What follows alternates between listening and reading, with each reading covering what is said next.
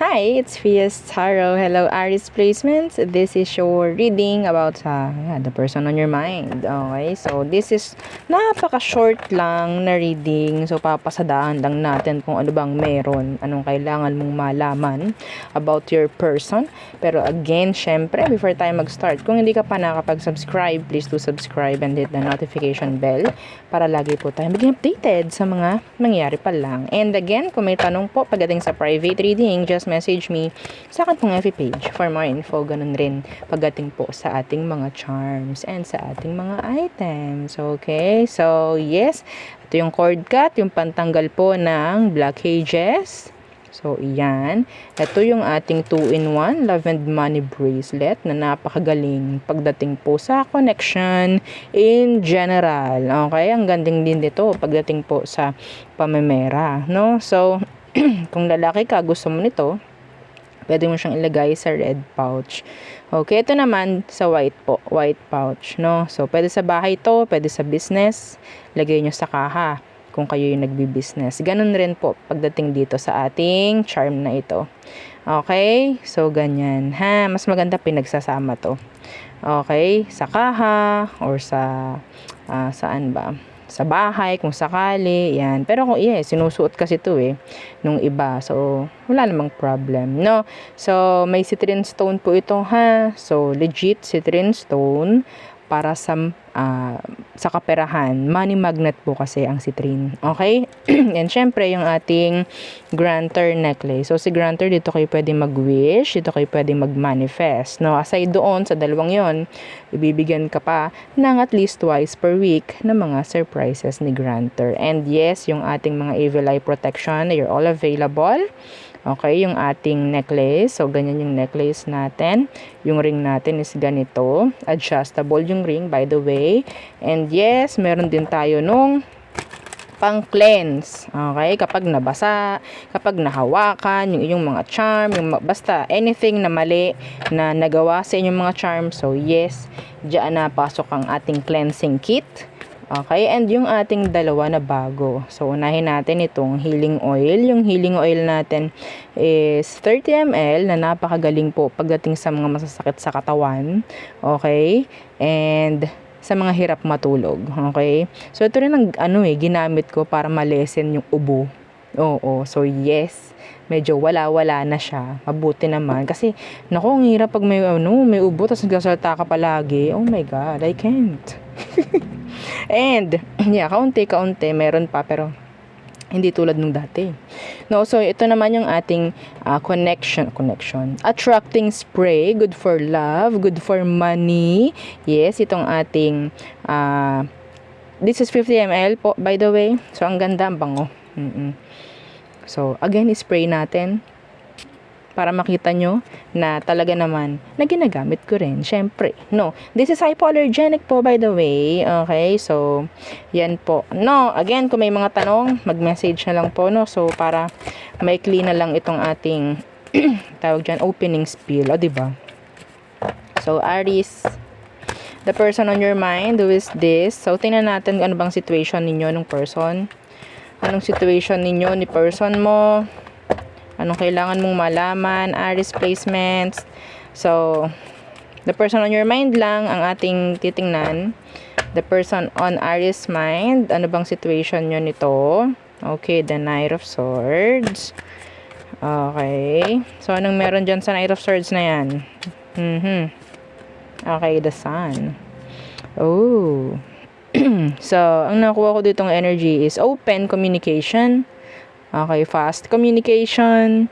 Ito yung situation na parang every time na parang ginugusto mo lagi siyang makita, parang bago, no? O andun yung energy, andun yung flame, nandoon yung excitement. Okay, so yeah. So let's see. May iba sa inyo may pag-aaya dito na magkita. Muli? So ano bang meron talaga? Ano ba talagang emosyon nitong taong to para sa'yo?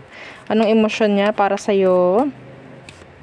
Okay, the Devil in reverse. Oh, medyo okay naman. Buti nag-reverse, no? Why the Devil in reverse? the Six of Wands in reversed. Okay, so itong taong to, gusto nito na talagang makuha muna yung tiwala mo, mawala yung doubt mo. Okay, yan ang gusto ng tao pagdating sa'yo. Emosyon niya is, I think, hindi sila para magmadali na pumunta agad sa isang connection with you. If ever you're in a talking stage, pwedeng talking stage to. Okay? So, yan. Parang andyan lagi yung excitement, di ba? Di ba? Oo, wag niyong aalisin muna yung excitement. Kasi kapag nawala yung excitement, pangit na. Di po ba? Di ba? Oo. Kaya wag niyong lalagyan label. De joke lang. Tawang-tawa. Wag niyong lalagyan ng label. So, de joke lang. Ano to? Sabihin nating slow burner. Gawin yung slow burner itong connection na to. Okay. Okay, so yeah, the Emperor in reverse. Wag muna, like, playin nyo lang, o laruin nyo lang yung situation nyo, no? So, hindi ko naman nakikita na masama ang intention ng person.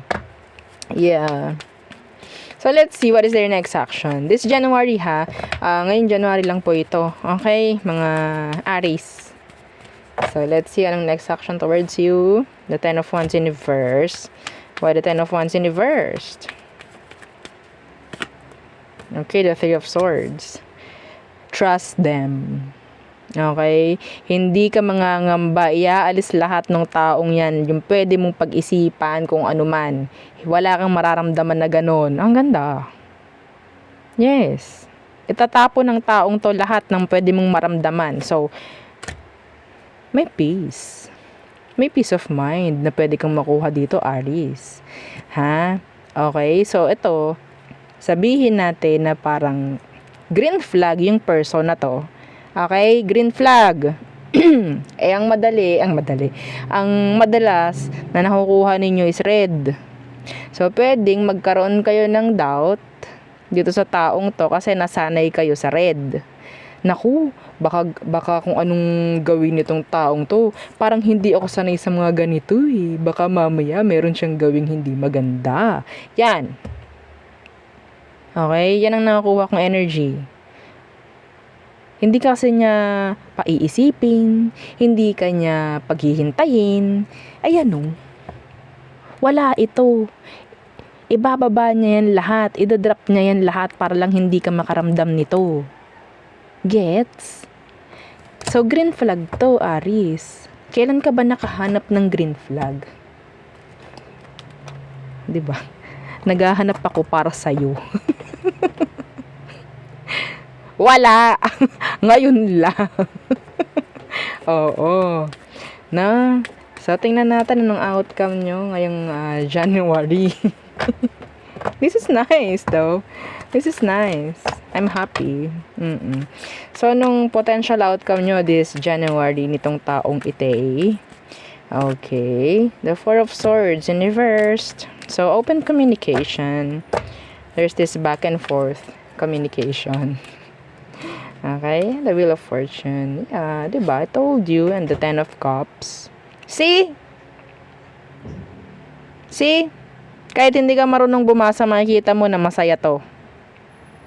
Diba? Ten of Cups. This is contentment. Feeling content. Feeling happy. Genuine happiness. Ha? Okay? Itabihan mo ba naman ang Wheel of Fortune? Oh, saan ka pa? Diba? So, talaga, everything, kung ano man yung kailangan mo sa isang relationship or connection, makikita mo dito. Hindi ka para maghanap. Hindi ka para maghintay. Hindi ka para mag-expect. Okay? Ang ganda nito. So, again, para mag-manifest ito, share the video. Share the video. Yes, ang ganda nito. Unang-una pa lang, lumabas na yung sun. 'Di ba? Lumabas na agad yung sun. Okay? So, sabihin natin na pwedeng kung ito is bagong tao talaga yun, bagong connection. So, umpisa, parang mabilis agad yung connection. Sabihin natin, magpapalagayan agad kayo ng loob, magpapaantawag doon. Oo, parang ganyan. Like, makukuha mo agad yung, hindi ko ma-explain. Yes, ang lalalim nung Tagalog kasi. Parang ganun.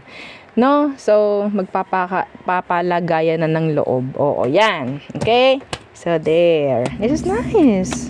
I'm loving the energy. Yes. Okay. So, gawin yung slow burner. Actually, ang nakikita kong pwedeng mangyari is, ang tawag dyan, parang walang ano-ano, magkakakilala kayo nung taong to. Parang ganun, or pwedeng ganun yung nangyari sa inyo before. Okay? Like, hindi mo iniisip na pwede pala siya yun.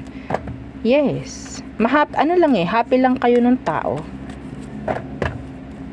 Okay, happy lang kayo nung tao.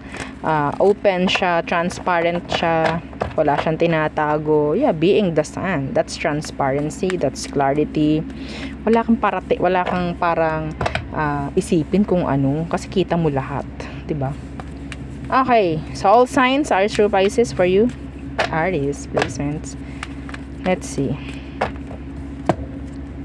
Aries, I'm hearing reconciliation. Some of you pwedeng meron ditong merong mag-progress na connection. So, Taurus, hindi pa sila nakaka-move on from you. Hindi pa rin sila nakaka-get over, diba? Gemini, they are happy.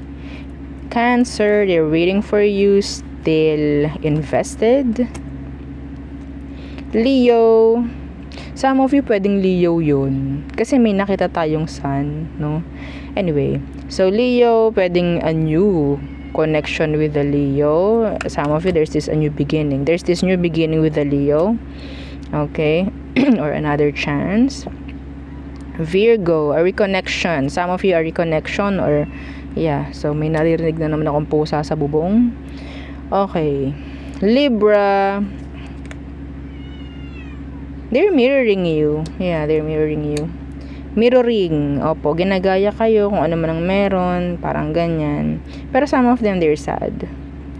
Itong si Libra. So, Scorpio. So, si Scorpio, gulong-gulo na yung utak ni Scorpio. Lalo na kung kakaintay sa'yo. Sagittarius, they're healing. Capricorn, they want to start something new, something fresh. So, Aquarius, they need you. Okay? So, Pisces, they want your attention. So, there, yun ang ating reading for you, are these placements. Again, please don't forget to like, share, and subscribe, and follow our FB page, and yung isa po nating YouTube channel na nasa description box below. Again, thank you. Goodbye.